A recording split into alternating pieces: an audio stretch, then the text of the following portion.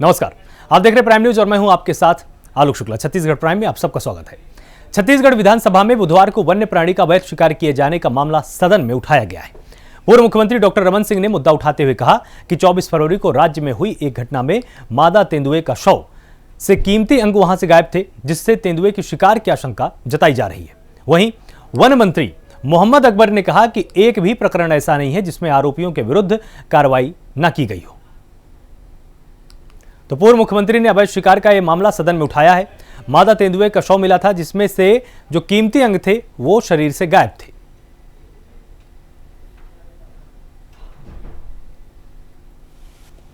आज ध्यानाकर्षण की सूचना हम लोगों ने दी थी। वन मंडल खैरागढ़ अंतर्गत गंडई क्षेत्र के जंगलपुर बीट पहली मीटर क्षेत्र में ये घटना हुई, जिसमें महज पहली मीटर्स के बांध से 4 किलोमीटर दूर मादा तेंदुआ का शव मिला। और ये जो एरिया है, जब ये 100% मादा तेंदुआ का लाश मिला तो ये जानकारी ग्राम वासियों ने दी। कोई वन विभाग वालों ने इसको अपने जांच के दौरान नहीं ढूंढा, गांव वालों ने ही इसकी जानकारी दी और जानकारी के बाद फिर फॉरेस्ट के लोग वहां पे आए। गंडई इलाके में तेंदुआ के शिकार के संबंध में माननीय डॉक्टर रमन सिंह जी ने और माननीय नेता प्रतिपक्ष धर्मलाल कौशिक जी ने आज ध्यान आकर्षण लगाया था और उसके उत्तर में उनको ये जानकारी दी गई है कि इस मामले में स्निफर डॉग के जरिए आरोपियों को पहचान करके चिन्हित करके उनको गिरफ्तार किया गया और 5 लोगों को जेल दाखिल कराया गया है। एक लकड़ी के टुकड़े के माध्यम से स्निफर डॉग ने पीछा करते हुए जब दूसरे स्थान पर पहुंचे तो उसके पहुंचने के बाद जो लकड़ी का दूसरा टुकड़ा था उसके जरिए उसने आरोपी तक पहुंचाया। उससे जब पूछताछ की गई तो वो अपने पूछताछ में उन्होंने जो जानकारी दी तो जो उसके अलग अलग अंग थे जहाँ जहाँ छुपा कर रखे गए थे उन स्थानों पर जाकर देखने पर उन चीज़ों को बरामद किया गया। गंडई इलाके में तेंदुआ के छत्तीसगढ़ विधानसभा के बजट सत्र में प्रश्नकाल में कांग्रेस विधायक ने टैक्स चोरी के मामले में छापामार कार्रवाई को लेकर मंत्री से सवाल किए। कुलदीप जुनेजा ने पूछा कि 2020-21 में वाणिज्य कर विभाग ने टैक्स चोरी को रोकने के लिए कितने स्थानों पर छापा मारा है, इस छापे से कितनी कर चोरी पकड़ी गई है, कितने छापे शिकायत के आधार पर और कितने विभाग ने अपनी मर्जी से डाले। आज जीएसटी के मामले को लेकर मेरा प्रश्न था। मैंने मंत्री से प्रश्न किया था कि इतने प्रकरण 150-200 प्रकरण की शिकायत हुई है और कार्रवाई टोटल 10 के ऊपर हुई है, इसका क्या कारण है। जब इतनी शिकायतों के बाद बहुत सारी चोरी हो रही है जीएसटी की और छापे नहीं पड़ रहे हैं, तो मंत्री ने कहा कि हमारी कार्रवाई जारी है और बहुत जगह छापे भी पड़ रहे हैं, ऐसा मंत्री का जवाब था। और फिर मैंने उनसे कहा कि इसमें एक हाई पावर कमेटी बना देना चाहिए, जिससे जहाँ जहाँ कार्रवाई करनी है और जो कार्रवाई हो सकती है हाई पावर कमेटी बनाने की ज़रूरत है। तो लेकिन मंत्री जी ने इसका जवाब दिया कि हाई पावर कमेटी बनाने की ज़रूरत नहीं है, हमारे अधिकारी हैं और वो लोग सब इसको ऊपर कार्रवाई कर रहे हैं, करेंगे।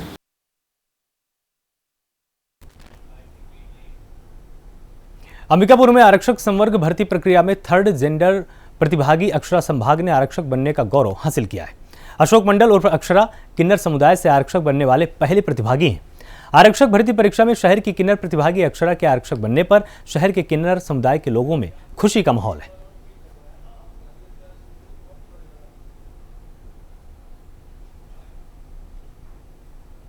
मुझे बहुत अच्छा लग रहा है कि मेरा पुलिस विभाग में सिलेक्शन हो गया है और मेरे गुरु लोगों का आशीर्वाद रहा, इसमें फुल सपोर्ट रहा कि मैं पुलिस विभाग में चल गई। कैसे तैयारी करते थे और क्या रहा? मैं बधाई भी जाती थी और गुरु लोगों से, यानी कि हम लोग बधाई जाते थे तो उसमें बधाई छोड़ के नहीं आना रहता था। तो मैं गुरु लोगों को बोलती थी कि मेरे को पुलिस में जाना है, ऐसा करके तैयारी करना है रनिंग का, तो मैं जा रही हूँ, इतने बजे से इतने बजे तक मेरे को रनिंग करना है। तो गुरु लोग मेरे को छुट्टी दे देते थे कि जाके तुम तैयारी करो। मैं ये चाहती थी कि शुरू से ये अपना जितना माइंड रहे वो अपना पुलिस में ध्यान दे। मैं यही चाहती थी कि एक दिन वर्दी में आए और कम्युनिटी के लिए एक बड़ा वो है फैसला कि ये हमारे लिए इतना बड़ा काम की और नाम हुआ सरगुजा संभाग का और जितने भी पढ़े लिखे मेरे किन्नर बहन हैं, जैसे कि मीरा किन्नर है, वो भी ओडिसी में डांस कथक की है खैरागढ़ में, वो भी एमए करके आई है। मैं चाहती हूँ उसका भी जॉब लगी, अच्छा जगह में वो भी सिलेक्शन हो जाए। जैसे ये क्या बोलते हैं अक्षरा हो गई है, उसी टाइप से मैं चाहती हूँ कि वो भी सिलेक्शन हो जाए और बाकी एक प्रेरणा बन जाए कि यहाँ के किन्नर लोग देखें कि हाँ ये दोनों सरकारी जॉब कर रहे हैं, वैसे इनके मन में भी यही आए, बस यही चाहती हूँ। छत्तीसगढ़ में एक बार फिर भगवान राम को लेकर राजनीति गरमाने लगी है। जहां मौजूदा कांग्रेस सरकार ने बजट में 30 करोड़ की लागत से राम गमन वनपथ बनाए जाने का प्रस्ताव रखा है, वहीं दूसरी तरफ बीजेपी के वरिष्ठ नेता और सांसद अरुण साव ने यह तक कह डाला कि छत्तीसगढ़ की मौजूदा कांग्रेस सरकार भगवान राम के भरोसे ही है। वहीं पलटवार करते हुए प्रदेश कांग्रेस के उपाध्यक्ष अटल श्रीवास्तव ने यह साफ किया कि भगवान राम का भारतीय जनता पार्टी ने पेटेंट नहीं करा रखा है।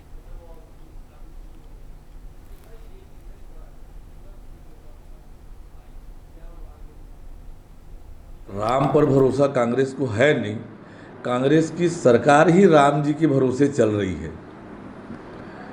इस सरकार में स्पष्ट रूप से बजट में दिशाहीनता दिखती है और पूरी तरह से प्रशासनिक अराजकता का वातावरण है और इसलिए इन्होंने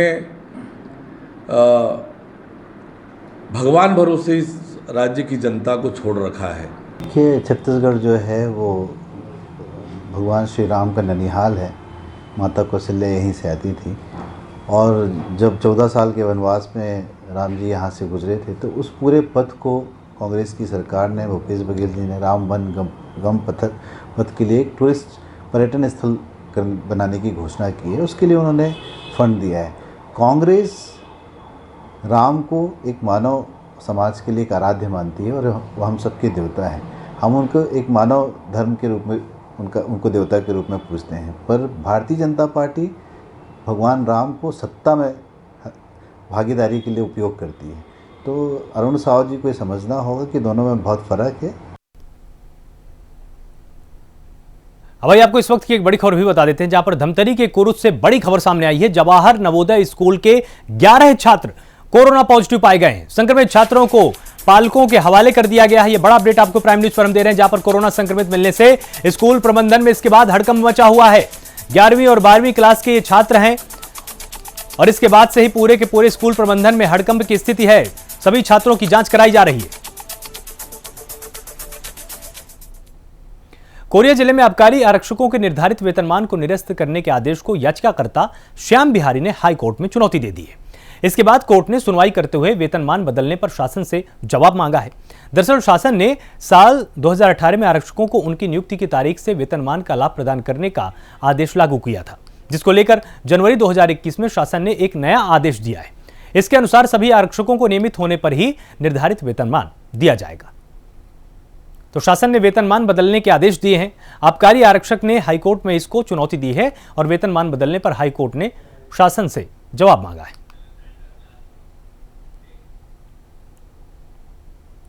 थाना सरकंडा पुलिस ने पेट्रोलिंग के दौरान गांजा तस्करों को गिरफ्तार कर लिया है। दरअसल पुलिस को सूचना मिली थी कि कुछ लोग गांजा लेकर रतनपुर की ओर जा रहे हैं।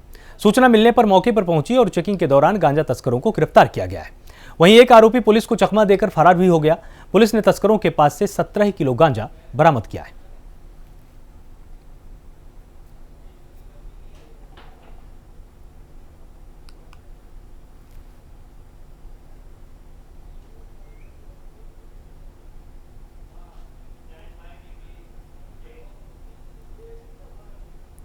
जांजगीर चांपा के खोखसा रेलवे फाटक के पास रेलवे ट्रैक पर एक महिला का शव संदिग्ध हालत में मिला। आसपास के लोगों ने पुलिस को सूचना दी, जिसके बाद पुलिस मौके पर पहुंची और शव को कब्जे में लेकर मामले की जांच में पुलिस जुटी हुई है। तो संदिग्ध हालत में यह महिला का शव मिला और रेलवे ट्रैक पर महिला का शव मिला है। पुलिस आगे की जांच पड़ताल कर रही है।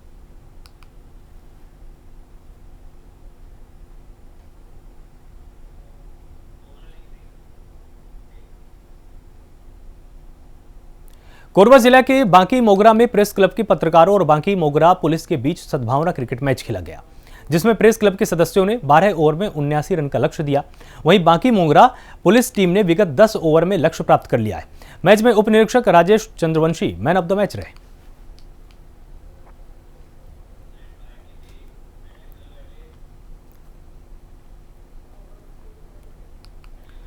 तो यहां पर प्रेस क्लब के पत्रकारों और पुलिस के बीच में क्रिकेट मैच खेला गया।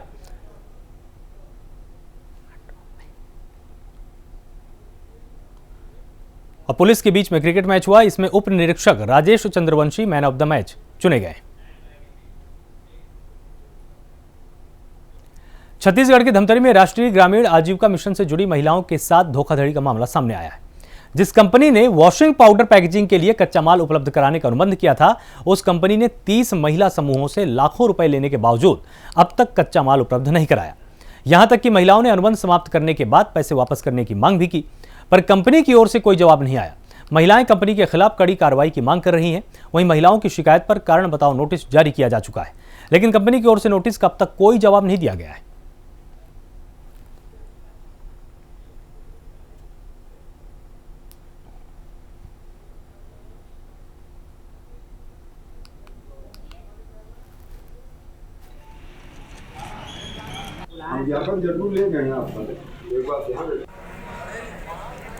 तो जय मां अंगारमोती समूह चल रहा है, उनके द्वारा एक लिखित आवेदन इस कार्यालय को प्रस्तुत किया गया था कि Shri Ramcharan Tandon Shrimad agro processing and marketing private limited द्वारा वॉशिंग पाउडर पैकेजिंग हेतु उनका अनुबंध हुआ था दोनों के बीच। तो उनके द्वारा न तो संबंधित एजेंसी के द्वारा न तो उनको सामान उपलब्ध कराया गया है और न ही जो उनके समूह के द्वारा जो राशि ली गई थी या जमा की गई थी, न तो राशि वापस की जा रही है। तो इस संबंध में मेरे समक्ष जब संज्ञान आया मामला, तो संबंधित जो Shrimad agro processing and marketing को नोटिस जारी किया गया था 10 फरवरी के डेट में कि 15 फरवरी तक इस कार्यालय में उपस्थित होकर अपना स्पष्टीकरण दें, अन्यथा विधिक कार्रवाई की जाएगी। ये हमारे क्षेत्र के जितना माता बहिनी मन आज उपस्थित हो है, अभी हम जनपद सीओ के पास भी गए हैं, उसके बाद थाना में आन थानेदार महोदय के पास पूरा हमार जितना 30 समूह के माता बहिनी मन यहाँ है उपस्थित। एक मन के साथ जो फर्जीवाड़ा हो है, निश्चित रूप से मैं शासन प्रशासन दोषी है। और मैं तो ये चाहूँ कि चूँकि हमारे क्षेत्र के बड़े फर्जीवाड़ा है, ऐसा टाइप के फर्जीवाड़ा आज तक हो नहीं रही से। अब आज पहली बार देखे मिला थे, सुने मिला थे, वो कमन के साथ में खड़े हैं। जनपद के सीओ साहब भी आश्वासन दे कि एक कड़ी से कड़ी कार्रवाई करबो करके अभी थानेदार महोदय से भी पूरा डिटेल में मन हमारे माता बहिनी मन बताया है। जांजगीर चांपा में एक महिला ने एसडीएम कार्यालय पहुंचकर न्याय की गुहार लगाई है। दरअसल महिला के पति ने 12 साल महिला के नाम पर एक जमीन खरीदी थी और महिला के पति की मौत हो चुकी है, जिस पर महिला अब घर बनाना चाहती है, लेकिन मोहल्ले के लोग और पार्षद महिला की जमीन को सरकारी जमीन बताकर आपत्ति जता रहे हैं। इसके बाद महिला जमीन के दस्तावेज लेकर एसडीएम कार्यालय पहुंची और आपत्ति करने वालों पर कार्रवाई की मांग की है। अंजनीबाई पटेल के नाम से है। 10-12 वर्ष पूर्व उनके पति ने उनके नाम पर खरीदा था। चूँकि अभी उनके पति का मृत्यु हो गया है और उस समय क्या है वो असहाय थी, तो पैसा का दिक्कत है, उस समय नहीं बना पाई थी। और अभी जो है कि उनके पास कुछ पैसा आया है और वो अपना मकान बनाने के लिए उसको बराबर किए हैं। तो कुछ मोहल्ले वासियों ने उनके ऊपर में, ये सरकारी ज़मीन है, हम लोग का मोहल्ले का ज़मीन है, ऐसे करके कुछ लोगों के द्वारा वहां आपत्ति जताया जा रहा है। अंबिकापुर सिटी कोतवाली में यूथ कांग्रेस ने एक युवक से मारपीट के संबंध में आरक्षक सत्येंद्र दुबे के खिलाफ लिखित शिकायत की है। दरअसल यूथ कांग्रेस का आरोप है कि आरक्षक सत्येंद्र दुबे ने वाहन चेकिंग के दौरान एक युवक को बेरहमी से पीटा, जिसकी वजह से वो आईसीयू में भर्ती है। वहीं थाना प्रभारी का कहना है कि युवक सीसीटीवी फुटेज पर नजर आ रहा है और वो पूरी तरह से स्वस्थ है। कोतवाली में मारपीट के 9 आरोपी में से 3 लोगों की गिरफ्तारी हो चुकी है, जिनको न्यायिक रिमांड पर जेल भेजा गया है और 6 की गिरफ्तारी अभी होनी बाकी है। अब देखना यह है कि इस घटना में आला अधिकारी क्या कदम और उठाते हैं।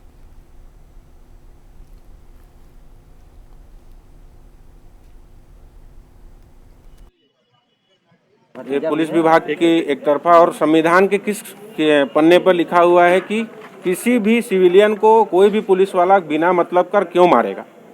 और ये मार इतनी गंभीर रूप से मारा गया है उस बच्चे को कि वो आज आईसीयू में भर्ती है, जिंदगी और मौत से लड़ रहा है और भगवान करे कि उसको ज़िंदगी मिले। और हमारी मांग तो यही है कि इसको एफआईआर सत्येंद्र दुबे के ऊपर किया जाए। साथ ही एक और हमारी मांग है कि दीपक मिश्रा जो हमारे पार्षद हैं, हमारे यूथ कांग्रेस के सचिव हैं, वो घटना होने पर उनको बुलाया गया और वो कहीं भी किसी भी प्रकार से इस आपराधिक प्रवृत्तियों में सम्मिलित नहीं है। उनको जबरदस्ती पुलिस प्रशासन के द्वारा उनको फंसाया गया है, उनके ऊपर एफआईआर दर्ज कराया गया है। इनके द्वारा अभिषेक सिंह द्वारा एक लिखित आवेदन पेश किया गया है। इनका कहना है कि इनके भतीजे को पुलिस वाले द्वारा मारपीट किए हैं, जिनको आईसीयू में भर्ती कराया गया है। मेरा यह कहना है वैधानिक रूप से कि अगर उनको मारपीट किया गया है, चोट पहुंचाया गया है, तो उनको विधिवत रूप से यहाँ डॉक्टर को दिखाया कि यहाँ से रिफर करा के जहाँ भी चाहें अपने वहाँ पे एडमिट कराना था। और अगर मान लीजिए ऐसा नहीं भी कराए हैं तो अभी भी जहाँ पे अगर वो इलाज करा रहे हैं तो उनके इलाज संबंधी संपूर्ण दस्तावेज हमारे यहाँ पेश कर दें, और पेश करने के बाद हमारे अधिकारिता रखने वाले जो डॉक्टर साहब हैं उनका ओपिनियन ले लेंगे। ओपिनियन लेने के बाद ही इसमें आगे कार्रवाई की जाएगी। बच्चों के मानसिक स्वास्थ्य और मनोसामाजिक समर्थन के लिए रेलवे चाइल्डलाइन ने बच्चों को प्रशिक्षण दिया है। हिंसा और दुरुपयोग के बढ़ते जोखिम और बच्चों के मानसिक स्वास्थ्य और मनोसामाजिक भलाई पर महामारी के प्रभाव पर बच्चों को जानकारी दी गई। मानसिक स्वास्थ्य मनोसामाजिक समर्थन की गतिविधियों में बच्चे उत्साह के साथ शामिल भी हुए। बच्चों को जानकारी देने के लिए केंद्रीय समन्वयक नीलकमल भारद्वाज, काउंसलर अलका भी उपस्थित रहीं। समर्पित रेलवे चाइल्डलाइन के द्वारा बिलासपुर स्टेशन के 1 नंबर प्लेटफॉर्म के वेटिंग हॉल पर यात्रियों और बच्चों के साथ मिलकर एक जागरूक अभियान चलाया गया, जिसमें बच्चों की मानसिक स्वास्थ्य और मनोवस्था के बारे में उनको जागरूक किया गया व 1098 के बारे में उनको जानकारी दिया गया। छत्तीसगढ़ के गरियाबंद जिले से एक बड़ी खबर आ रही है, जहां फिर जंगली हाथियों ने एक युवक को कुचलकर मार डाला है। दरअसल 2 हाथियों ने धान संग्रहण केंद्र में हमला बोल दिया।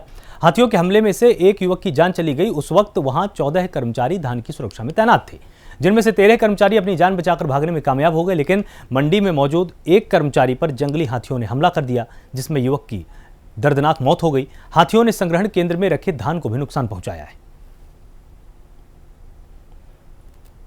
2:30 से 3 बजे की घटना है और धान उपार्जन क्षेत्र कुंडेल में वो 14 सुरक्षा समिति सबको पहले से अलर्ट किया गया था। 13 जो है वो भागने में कामयाब रहे, लेकिन एक जो है नीचे बैठा था और सोया था, जिसको खींच के ज्ञानचंद सतनामी को उम्र 45 उसको जो है हाथी द्वारा मारा गया है। और तत्काल जो है हमारी टीम जो है वो इसकी पुष्टि की है और सुबह आपको फोन किया। आप क्या डीएमओ धान उपार्जन से गरियाबंद को फोन किया गया।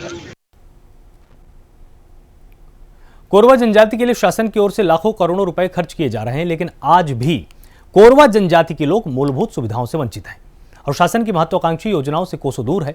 दरअसल राष्ट्रपति के दत्तक पुत्र कहे जाने वाले अपंग विशुन रामभरण पोषण के लिए कई प्रकार की समस्याओं का सामना करते हैं। आपको बता दें कि विशुन राम के पुत्र सड़क दुर्घटना में घायल होने के बाद विशुन राम के सामने भरण पोषण की समस्या खड़ी हो गई थी। साथ ही पीएम आवास योजना के तहत इनको घर भी नहीं मिला है। समस्या मकान का समस्या है महाराज, भूख में भी चावल का समस्या है। तो राशन कार्ड नहीं बना है क्या? नहीं बना है, बना रहा है पहले, लेकिन वो निरस्त हो गया, तेकर बाद में जो है नहीं बन पाया है।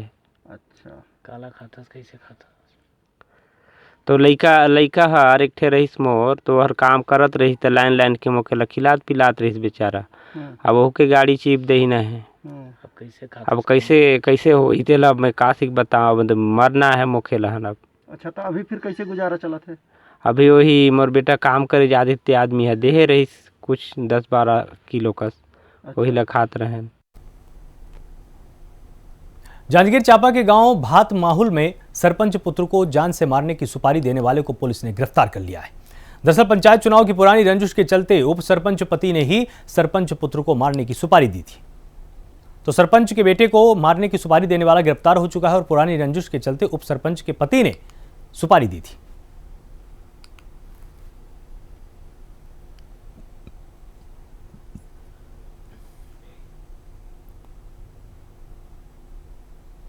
बलरामपुर जिले के घोड़गड़ी पंचायत के ग्रामीणों ने पंचायत में लगभग 12 लाख रुपए की लागत का हेरफेर के मामले में कलेक्टर को ज्ञापन सौंपा है। साथ ही मामले की जांच कर कार्रवाई की मांग की है। इस मामले में अपर कलेक्टर ने दोषियों के खिलाफ कार्रवाई करने का आश्वासन दिया है।